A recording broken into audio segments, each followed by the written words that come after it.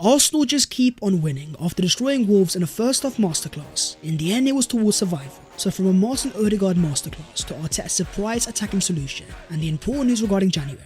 As per, let's break it all down and discuss the 5 things we learned from Arsenal 2, Wolves 1.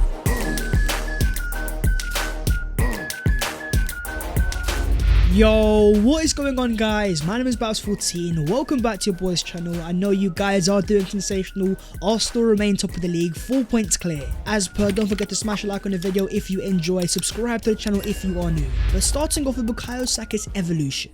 Arsenal's attack is currently on fire. 8 goals scored in the last 2 games. A certain Mikel Saka is reaching a new level, opening the Arsenal scoring with a fantastic devastating goal.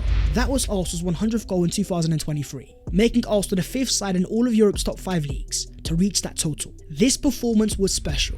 Mikel getting an 8.2 rating with 1 goal scored, 2 shots on target, 2 successful dribbles, 42 passes, 4 key passes, 3 accurate long balls, 7 ground balls won. That is now 18 goals and assists for Saka in 19 appearances this season. Mikel says that he's crucial for us. We know what we want him to be, and Mikel needs to be a main part of that. Saka for me is no longer seen as a youngster. 22 years of age, this guy is playing like the main man, scoring his 36th Arsenal goal in the Premier League. He has now scored more than a certain Cesc Fabregas. The best part about Saka is his consistency, joining Mo Salah as only the 2nd player in the league so far this season to score or assist in 10 different league matches. This guy is consistently changing games. As the stats point out, Saka's goal involvement's been worth 9 points to Arsenal so far this season. Only Erling Haaland beats that with 10. But there's also something for me that's a bit more underrated. Mikel Saka's elite creativity. With 5 assists in the Premier League this season, 9 across all competitions, Saka has created more chances than any other player in the Premier League this season. Not only is he a ruthless finisher, he's also got the influence of a playmaker. With 85 touches in this game, 42 accurate passes, the 2nd most he's managed this season. That level of influence reminds me of some top wingers, the likes of Angel Di Maria. Saka's presence on the right hand side is so powerful because of his level of attraction. Look at the first goal for example, the way that he's always attracting players towards him. Teams understand they have no choice but to double team. Mikel found a way to support him via Gabriel Jesus. As you guys can see here, Saka is once again being double teamed. But look at how close Gabriel Jesus is, offering him combination. His heat map tells the entire story. When normally Jesus is on the left, this game he was drifting far more to the right. With 18 touches in total, 10 out of 11 passes and 1 key pass. Jesus is always going to be useful for Mikel Arteta. He's a constant combination provider. He constantly offers support, comfortable in every single area of the pitch. Even if Arsenal sign a profile like Victor Osimhen, Jesus is a Swiss army knife. Versatile and effective as it gets. Moving on to the second thing, the beauty of Arteta ball. The stats in this game were very interesting. Arsenal massive winners on XG, 3.16 in total to Wolves' 0.87, with 56% possession, 550 passes completed, and a whopping 81 final third entries. The field tilt is an example of Arsenal's dominance, with 74% in total. Arsenal being dominant in the final third is nothing new. The real change came from Mikel Arteta. Knowing that Wolves are going to play a deep block, he found a surprising attacking solution. Focus on the passing networks, mainly on the fullbacks of Zinchenko and Tomiyasu. These guys will high up the pitch and making things happen. By giving Zinchenko and Tomiyasu freedom, these guys were drifting into the final third. The impact being that both ended up with an assist. Focus on the heat map of Takehiro Tomiyasu. This guy was spending more time attacking than defending. With a 7.4 rating, 6 ground balls won, an insane amount of influence of 86 touches, 61 passes, 1 accurate long ball. That's now 3 assists in his last 2 games with Tomiyasu. The way that Mikel's using him is fascinating. Essentially everywhere.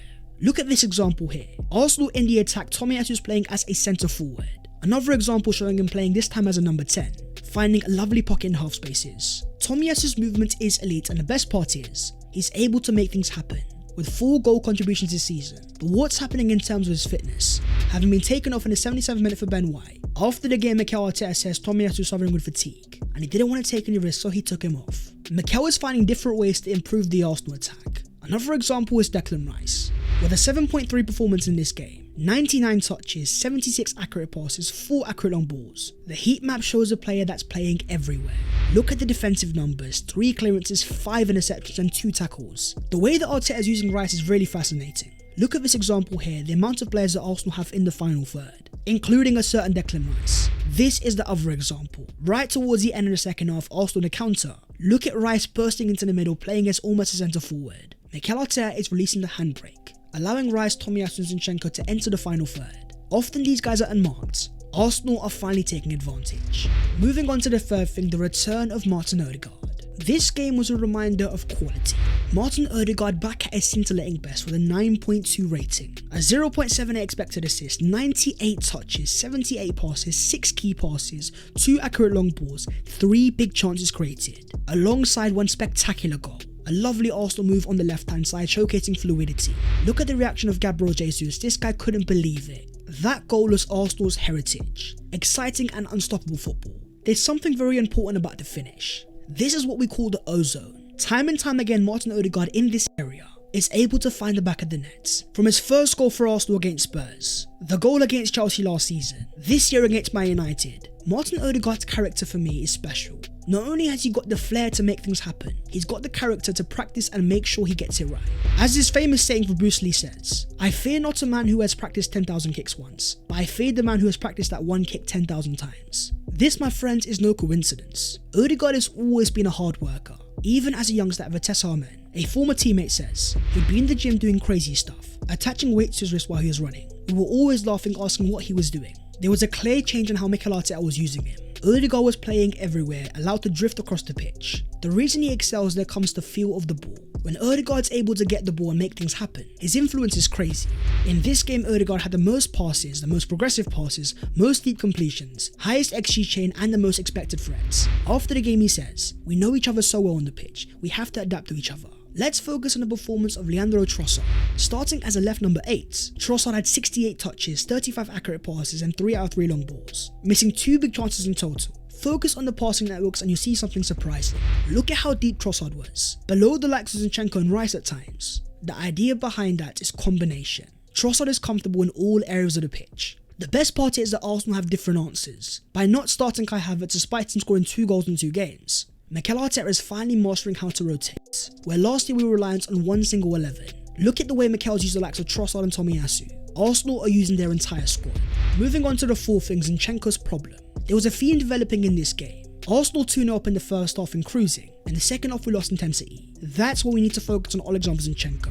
With 93 touches, 74 passes, 1 key pass and 2 accurate long balls, but 1 massive error leading to a goal. This is Mikel Arteta's massive dilemma. Zinchenko is so important for Arsenal on the ball. Despite improving defensively, there's still an issue in terms of concentration. Zinchenko relies massively on emotion. In high demand games where the fans are involved, he's more invested into the game and more switched on. Here he was after the game, going over to David Raya in a very heated conversation. You can tell that he's very disappointed. Mikel Arteta says after the game, "You have to love how he is. Every player has strengths and weaknesses. Alex has much more strengths. It can happen to anyone." Arsenal are building a very impressive record. They are now undefeated in the last 44 games where they have taken the lead first. But Mikel Arteta needs to be wary. Last year in the games that lost us a title, Liverpool, West Ham, lapses in concentration cost Arsenal massively. Mikel says football is not perfect, but I'm really happy with the way we played. It should have been much of a bigger scoreline. We made a mistake and they take the chance. It's game on in the Premier League. We had chances and we didn't put them away, but we kept trying. There's a clear area that Arsenal need to improve. We need to become more ruthless. Look at Eddie Nketiah's performance on the bench, a 6.2 rating. Despite a 0.52 XG, Eddie missed a massive chance. It's in those moments where Arsenal are in cruise control. We need to become more like prime Liverpool. Remember the quality of Salah, Mane and Firmino, how ruthless they were when given a chance. Look at the scorelines they've put over the past few years. 9 goals against Bournemouth, 7 against Man United. Look at the quality that Arsenal have going forwards. It's not an issue of personnel. We need to show less mercy. Even when Arsenal win a game, we need to chase perfection. That's a standard that leads to titles. Moving on to the fifth thing, Arsenal's composure. There's something special happening at the Emirates Stadium. Arsenal have won 6 home games in a row, scoring 19 goals, keeping 4 clean sheets and only conceding 2. We will remain top of the Premier League with 33 points after 14 games. As Martin says, every game is important. We know we're top of the Premier League now and we want to be there. We want to remain top of the league for the rest of the season, and we will try our best. Here's where the stats get interesting. Let's compare the first 20 games of this year to last year. Arsenal remained first in both tables. We've scored 5 more goals and conceded a joint 17. The difference this year is sustainability. With the Arsenal attack starting to warm up, Mikel Arteta has turned defence first. Saliba and Gabriel have been colossal. A record was broken in this game, as Saliba received his first yellow card in over a year. We need to focus on something more impressive. Saliba's Premier League home record. In the 21 games that he started, Arsenal won 16, drawn 4 and only lost 1, a 76% win rate. That gives Saliba the highest win percentage of any Arsenal player in history, just over a certain Takehiro Tomiyasu. What's very important about that is the two players. They were both unfortunately out in Arsenal's toughest part of last season.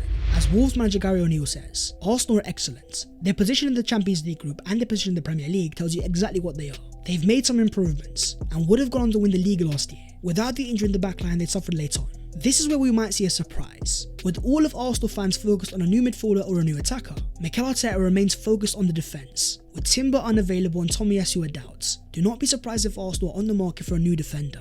There could be a very important movement. With the future of Aaron Ramsdale massive doubts, Newcastle reportedly have interest. In their latest game, their main goalkeeper Nick Pope went down injured. If it's serious and bad, Newcastle may make a move for Ramsdale. Mikel Arteta has a different focus though.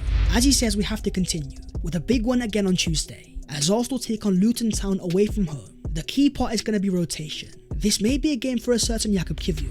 That is the video there and there though, so hopefully you guys have enjoyed. If you have, don't forget to smash like and also subscribe to the channel if you are new. If you want to follow your boy on all of his social medias, then the links are down below in the description. But that was the 5 things we learned from Arsenal 2 Wolves 1, a fluid first half performance, survival towards the end, but the most important part is Arsenal remain top of the Premier League. I will see you guys very soon. Until then, take care, and a bit.